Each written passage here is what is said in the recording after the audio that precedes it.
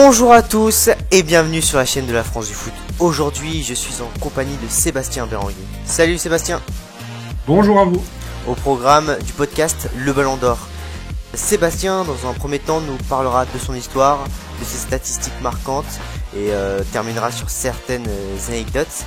Et en deuxième partie, je vous ferai part de ma prise de position sur le Ballon d'Or que je juge inutile.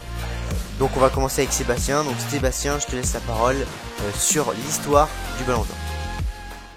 Donc tout d'abord, le Ballon d'Or, on peut dire il a été créé en 1956 par le magazine France Football. Donc c'est sous l'impulsion française et sous l'impulsion des journalistes de France Football. On peut distinguer trois périodes. Donc tout d'abord entre 56 et 95, avec le Ballon d'Or est attribué qu'aux clubs européens et aux joueurs de nationalité européenne, donc c'est assez restrictif. Par exemple, des joueurs comme Pelé, Garrincha, Maradona ou encore Romario n'avaient pas pu le remporter. Ensuite, à partir de 95 jusqu'à 2007, le Ballon d'Or est attribué aux meilleurs joueurs jouant dans les clubs européens, mais il peut être de n'importe quelle nationalité. Et depuis 2007, il récompense le meilleur joueur du monde, c'est-à-dire de tous les clubs du monde, en plus des nationalités. Donc il est appelé Ballon d'Or France Football à sa création, et puis il est attribué par un jury de journalistes, jusqu'en 2010 où il va le fusionner avec la FIFA pour devenir le FIFA Ballon d'Or, où jusqu'à 2016 il sera attribué par les capitaines de sélection, les sélectionneurs et les journalistes. En septembre 2016, France Football et la FIFA décident d'arrêter leur partenariat et donc cela revient au créateur historique et redevient le Ballon d'Or France Football. Et les votes ne sont attribués aujourd'hui que par les journalistes internationaux comme avant 2010. Et au-delà de l'histoire, est-ce que tu as retenu des Ballons d'Or marquants dans l'histoire ?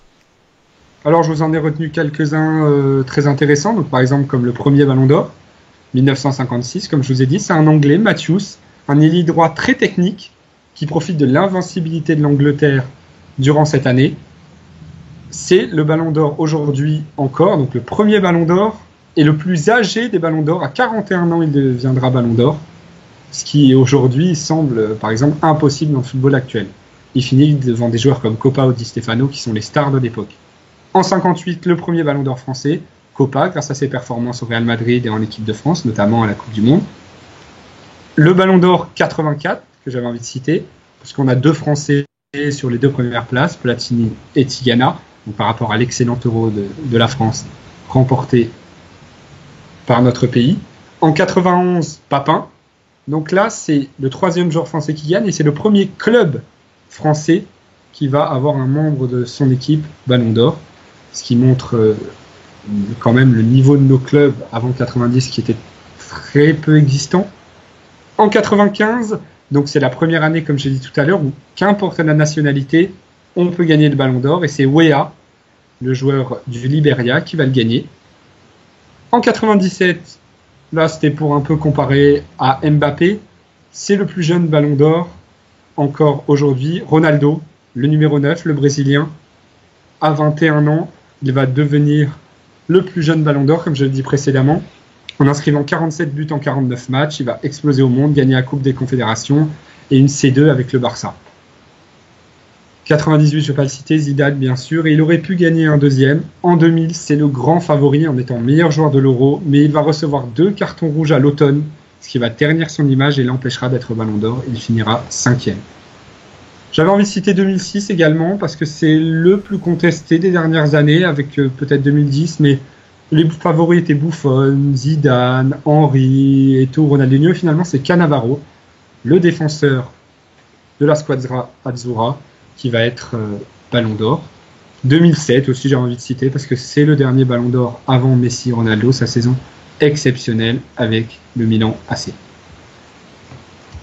Et il me semble que tu as certaines statistiques croustillantes à nous donner. Alors donc, les lauréats les plus représentés au Ballon d'Or, bien sûr, Messi, Ronaldo, entre 2008 et 2017. Tous les Ballons d'Or sont pour eux. Après, un peu plus loin dans le temps, Cruyff, Platini, Van Basten ont 3 Ballons d'Or. Platini 3 la suite, notamment. Et puis des joueurs comme Beckenbauer, Di Stefano, Ronaldo, comme j'ai cité tout à l'heure, ont eux 2 ballons d'or. Donc à noter, comme je l'ai dit précédemment, que des joueurs comme Pelé ou Maradona, Pelé dans les années 60 aurait pu avoir plusieurs ballons d'or comme Maradona dans les années 80, mais l'histoire du foot fait qu'ils n'ont pas pu être comptabilisés. Au niveau des ballons d'or consécutifs, Messi, le recordman, 4 de suite, 2009-2012. Platini, 3 de suite, entre 83 et 85. Et puis des joueurs comme Cruyff, Rummenigge ou Van Basten ont gagné 2 de suite. Au niveau des âges, donc le plus jeune, comme je l'ai dit, Ronaldo en 97 et Owen en 2001. Le plus vieux, c'est le premier ballon d'or, Stanley Matthews, 41 ans. Et puis le plus jeune joueur présent sur le podium, ça aussi c'est intéressant pour Mbappé cette année, est-ce qu'il sera sur le podium? Le plus jeune joueur, c'est Eusebio en 62, Ronaldo en 96 et Lionel Messi en 2007. Ce sont les 3 plus jeunes joueurs. À 20 ans, ils étaient sur le podium du Ballon d'Or. Au niveau des clubs, c'est intéressant de dire que c'est le Barça qui est le club qui a le plus de représentants Ballon d'Or. Et au niveau des pays, c'est les Allemands, Portugais et Hollandais qui en ont le plus. À noter que l'Allemagne et les Pays-Bas sont les seuls pays à avoir réussi à placer 3 de leurs joueurs sur le podium la même année. L'Allemagne pour sa victoire à l'Euro 72, les Pays-Bas, l'Euro 88. Au niveau des clubs, le Milan et le Barcelone ont réussi à placer 3 joueurs sur le podium. Messi, Xavi, Iniesta, l'exemple le plus parlant aujourd'hui, en 2010. Là, deux, trois éléments intéressants. Donc, les ballons d'or étaient attribués à 31 attaquants, 21 milieux de terrain, 4 défenseurs et un seul gardien en 63, Lev Yashin, même si Buffon en 2006 ou Neuer en 2014 aurait pu l'avoir également. Merci Sébastien pour ce résumé très complet. Et donc maintenant je vais passer à ma prise de position sur le Ballon d'Or, que selon moi je trouve que le Ballon d'Or est inutile. Parce que premièrement, c'est une récompense individuelle dans un sport collectif. Donc je trouve ça un petit peu absurde. Ensuite, le sport est un sport qui s'individualise. Et je trouve ça dommage. On le voit notamment avec l'essor des statistiques individuelles et bien d'autres choses. Ensuite, il y a certaines années où je trouve que le résultat n'est pas totalement sportif. Par exemple, en 2010, le Ballon d'Or était pour moi prédestiné à Sneijder. En 2013 à Ribéry, et le Ballon d'Or j'ai maintenant l'impression qu'il requiert aussi d'autres critères, donc il faut être bankable un petit peu, il faut avoir une bonne image, etc. Donc Ribéry ne répondait pas vraiment à tous les critères. Si Ribéry avait eu le physique de Ronaldo, est-ce qu'il aurait gagné le Ballon d'Or? C'est un grand débat. On voit également que pour être bankable, donc faut marquer beaucoup de buts, donc un Ballon d'Or réservé quasi exclusivement aux joueurs offensifs. Comme disait Sébastien, il n'y a qu'un seul gardien qui l'a gagné, donc Lev Yashin en 63, parce c'est vraiment quelqu'un qui avait révolutionné le poste de gardien. Et je trouve que par exemple, pareil en 2014, Neuer avec son jeu, et il apportait vraiment un plus, etc. Je trouve qu'il aurait mérité de le gagner, mais il rentrait pas dans les critères que je décris précédemment. Et donc après les gens, je trouve, deuxièmement donc c'est un peu une limite du Ballon d'Or. Comme c'est individuel, les gens vont hiérarchiser l'importance d'un joueur, sa légende, à travers son nombre de Ballons d'Or. Et pourtant, les Iniesta, Xavi, Pirlo, Raoul n'ont jamais remporté de Ballon d'Or. Et pourtant, pour me reconcentrer juste sur Xavi et Iniesta, je pense qu'ils ont grandement contribué au Ballon d'Or consécutif de Messi, 2009-2012, et qu'il ne faudrait pas les oublier, que les gens auront tendance à hiérarchiser l'importance, la légende des joueurs en fonction de ce seul trophée, ce qui serait pour moi absurde. Et donc je pense que les gens y apportent une importance démesurée. Mais après, je peux comprendre que ça intéresse les gens. Je suis pas fermé à ce genre de choses complètement, mais c'est clairement pas ma vision du foot. Donc voilà. Et pour conclure, je citerai une des légendes de foot, Johan Cruyff, qui avait déclaré: le Ballon d'Or est un cirque médiatique. Quels sont les critères? Chacun vote pour ses amis. Et voilà. Et c'est également une autre limite que je trouve au Ballon d'Or, qui est au niveau des votes. Et comment sont constitués les votes, etc. Donc quand c'était les joueurs, les capitaines, etc., il y avait beaucoup de copinage. Mais on sait bien que même si c'est que les journalistes qui votent, on sait bien que le copinage journaliste-joueur existe énormément. Et donc voilà, c'est pas forcément toujours des critères, comme je disais, objectifs et sportifs. Voilà, j'ai terminé pour mon avis. Sébastien, je veux savoir si tu étais d'accord avec moi ou opposé. Il y a plusieurs points intéressants à développer sur le Ballon d'Or et les idées que tu as émises. Moi, sur la globalité, je suis plutôt en désaccord avec toi. Moi, j'aime bien l'idée du Ballon d'Or, l'idée qu'il y ait le meilleur joueur de l'année, le meilleur joueur individuel qui ait une récompense. Je m'explique, par exemple, dans toutes les équipes, dans toutes les sélections, il y a toujours eu des joueurs au-dessus du lot. Ça existe. Donc, par exemple, l'exemple en 2017, Cristiano Ronaldo. Oui, d'accord, tout le Real est énorme, par exemple, mais Ronaldo est le joueur qui sublime un peu le collectif. C'est le joueur en plus. Donc, j'aime bien cette idée de joueur qui représente un peu l'équipe, qui est au-dessus des autres et qui est le meilleur cette année-là. Moi, j'aime bien, ça m'intéresse. Donc, comme j'ai dit, par exemple, pour moi, le meilleur exemple, c'est 2011, Messi qui sublime le collectif du Barça, même si, comme tu l'as dit, Xavi et Iniesta sont des joueurs exceptionnels qui auraient pu mériter des ballons d'or. Mais à cette époque-là, il y avait un joueur, Messi, qui était au-dessus et j'aime bien cette idée-là. Ça peut aussi placer des repères historiques. Donc, par exemple, quand on te dit 98, Ballon d'Or Zidane, Coupe du Monde, France, c'est le meilleur joueur de l'équipe qui a le plus représenté, qui a le plus marqué un peu son année.